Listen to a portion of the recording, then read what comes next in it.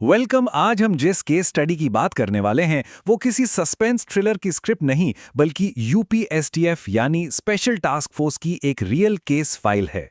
आज हम एक ऐसे इंटरनेशनल और फाइनेंशियल क्राइम नेटवर्क का भंडाफोड़ करेंगे जिसने सबको चौंका दिया है। और मजे की बात यह है कि इस पूरे सिंडिकेट का हथियार कोई गन या हार्ड ड्रग्स नहीं बल्कि एक बहुत ही आम सी दिखने वाली चीज थी। तो चलिए बिना टाइम वेस्ट किए इस पूरे ऑपरेशन की गहराइयों में चलते हैं।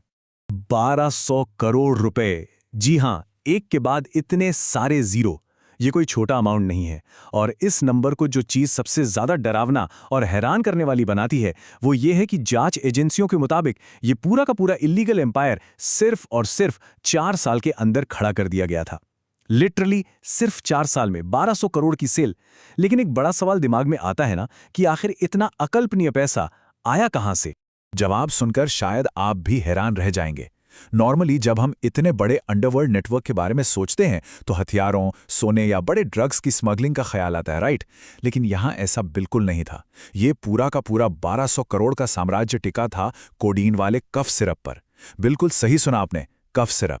एक ऐसी नॉर्मल सी मेडिकल चीज जिसका गलत इस्तेमाल नशे के लिए किया गया और इसी ने इतने बड़े मेगा सिंडिकेट की नींव रख दी। अब ये सब आखिर मुमकिन कैसे हुआ? इसे डिकोड करने के लिए हम इस केस फाइल को 4 पार्ट्स में देखेंगे। पहला, कफ सिरप का ये डार्क बिजनेस शुरू कैसे हुआ। दूसरा, ये 1200 करोड़ का मेगा स्कैम कैसे काम करता था। तीसरा, यूपीएसटीएफ ने इन पर अपना शिकंजा कैसे कसा। और फाइनली, इनके फॉरेन कनेक्शंस और फरार आरोपियों की कहानी। तो चलिए सबसे पहले बात करते हैं पार्ट 1 की, यानी कफ सिरप का ये काला धंधा आखिर रडार पर कैसे आया। देखिए, ये कोई ऐसा खुलासा नहीं था जो बस रातों रात हो गया। इसके पीछे बहुत ही लंबी और सतर्क इन्वेस्टिगेशन थी। अगर हम टाइमलाइन पर नजर डालें तो आज से ठीक 1 साल पहले यूपीएसटीएफ और food safety and drug administration ने एक जॉइंट ऑपरेशन किया था। यहीं से पहली बार इस सिंडिकेट का भंडाफोड़ हुआ। उसके बाद पिछले 6 महीनों में एसटीएफ ने एक प्रॉपर डीप डाइव इन्वेस्टिगेशन की। मतलब बैंक अकाउंट से लेकर फार्मा कंपनीज के सारे रिकॉर्ड्स खंगाले गए और उसी का नतीजा है कि आज एकदम सॉलिड सबूतों के साथ 6 आरोपियों पर ऑफिशियली चार्जशीट फाइल कर दी गई है। अब चलते हैं हमारे दूसरे पार्ट पर, यानी ये 1200 करोड़ का मेगा स्कैम। सीधे शब्दों में कहें तो अब वक्त है पैसे के फ्लो को समझने का। अगर हम इनके प्रॉफिट मार्जिन को देखें तो वो लिटरली माइंड ब्लोइंग है। इस सिंडिकेट ने कफ सिरप की खेप खरीदने में 400 करोड़ रुपए इन्वेस्ट किए। अब इसे सुनिए, इस इन्वेस्टमेंट पर इनकी इलीगल सेल से जो रेवेन्यू जनरेट हुआ वो था पूरे 1200 करोड़ रुपए। 400 करोड़ की लागत और 1200 करोड़ की बिक्री, सीधा 3 गुना प्रॉफिट। बस इसी भारी भरकम मुनाफे और लालच ने इस गिरोह को इतने बड़े स्केल पर ऑपरेट करने के लिए पुश किया और उन्होंने एक लीगल मेडिकल सप्लाई चेन को ही पूरी तरह से हाईजैक कर लिया। लेकिन एक बात तो तय है, 1200 करोड़ की सेल ऐसी हवा में नहीं हो जाती। इसके लिए एक बेहद शातिर मोडस ऑपरेंडी फॉलो किया गया था, जिसे हम 3 सिंपल स्टेप्स में समझ सकते हैं। स्टेप 1, ये लोग कागजी हेराफेरी करके एबट कंपनी से कोडीन सिरप की बड़ी बड़ी खेप प्रोक्योर करते थे। स्टेप 2, फिर इस सिरप को भारत के अलग अलग राज्यों में एक इंटरस्टेट सप्लाई नेटवर्क के जरिए बांट दिया जाता था। और स्टेप 3, जो सबसे खतरनाक था, इन दवाइयों को भारत की सीमाओं के पार नेपाल और बांग्लादेश तक इल्लीगली स्मगल किया जाने लगा। मतलब एक लोकल खरीद को इन्होंने बाकायदा एक इंटरनेशनल स्मगलिंग रैकेट में बदल दिया था। अब आते हैं तीसरे पार्ट पर, एसटीएफ का सख्त शिकंजा।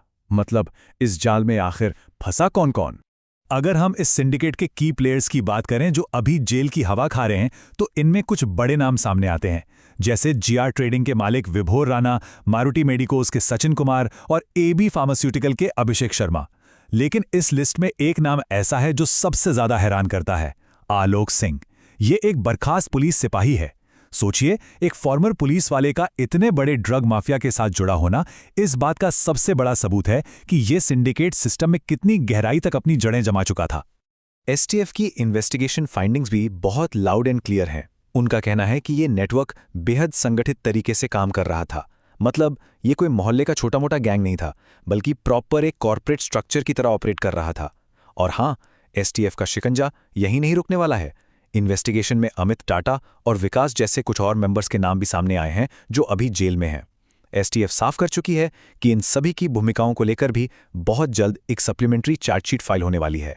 फाइनली हम आते हैं इस इन्वेस्टिगेशन के आखिरी चैप्टर पर, विदेशी कनेक्शन और फरार आरोपियों की तलाश।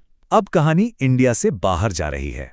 तो ये हैं वो मास्टरमाइंड्स, शुभम जायसवाल, गौरव और वरुण सिंह। ये कोई नॉर्मल प्यादे नहीं हैं। एसटीएफ के डिजिटल एविडेंस और फाइनेंशियल ट्रेल के मुताबिक ये वो कथित किंगपिन्स हैं जो विदेशों में बैठकर इस पूरे 1250 करोड़ के सिंडिकेट को ऑपरेट कर रहे थे। पैसों का पूरा फ्लो और कई अहम डॉक्यूमेंट्स सीधा इन्हीं की तरफ इशारा कर रहे हैं। इंडिया में बैठे इनके आदमी तो पकड़े गए, लेकिन असली चैलेंज है इन विदेशी आकाओं तक पहुंचना। और इन्हें दबोचने के लिए एसटीएफ ने बहुत ही एग्रेसिव एक्शन लिए हैं। सबसे पहले इन फरार आरोपियों के खिलाफ तुरंत कॉम्प्रिहेंसिव लुकआउट सर्कुलर जारी किए गए हैं। दूसरा, इनके पासपोर्ट कैंसिल कर दिए गए हैं ताकि ये कहीं और भाग न सकें। तीसरा, एजेंसियां इनकी इंटरनेशनल मनी ट्रेल को लगातार ट्रैक कर रही हैं। और सबसे बड़ी बात, इन्हें इंडिया वापस लाने के लिए फॉर्मल एक्स्ट्राडिशन यानी प्रत्यर्पण की तैयारियां फुल स्पीड में चल रही हैं। एसटीएफ ने बिल्कुल क्लियर मैसेज दे दिया है कि कानून के हाथ वहां तक जरूर पहुंचेंगे। और ये सब हमें आज के सबसे बड़े सवाल पर लाकर खड़ा करता है, क्या इन इंटरनेशनल किंगपिन्स को सक्सेसफुली इंडिया वापस लाया जा सकेगा और कानून के कटघरे में खड़ा किया जा सकेगा? देखिए, 1200 करोड़ के इस कोडीन कफ सिरप सिंडिकेट का भंडाफोड़ होना पुलिस और एसटीएफ की एक बहुत बड़ी अचीवमेंट है, इसमें कोई डाउट नहीं। लेकिन क्रॉस बॉर्डर जस्टिस हासिल करना हमेशा से एक काफी कॉम्प्लेक्स और लंबा प्रोसेस रहा है। ये केस अभी पूरी तरह से क्लोज नहीं हुआ है और हमें इंतजार रहेगा कि एसटीएफ इस इंटरनेशनल जाल को कैसे हमेशा के लिए खत्म करती है। इस डीप डाइव में हमारे साथ जुड़ने के लिए बहुत बहुत शुक्रिया। आगे जो भी डेवलपमेंट्स होंगे हम उन पर नजर बनाए रखेंगे।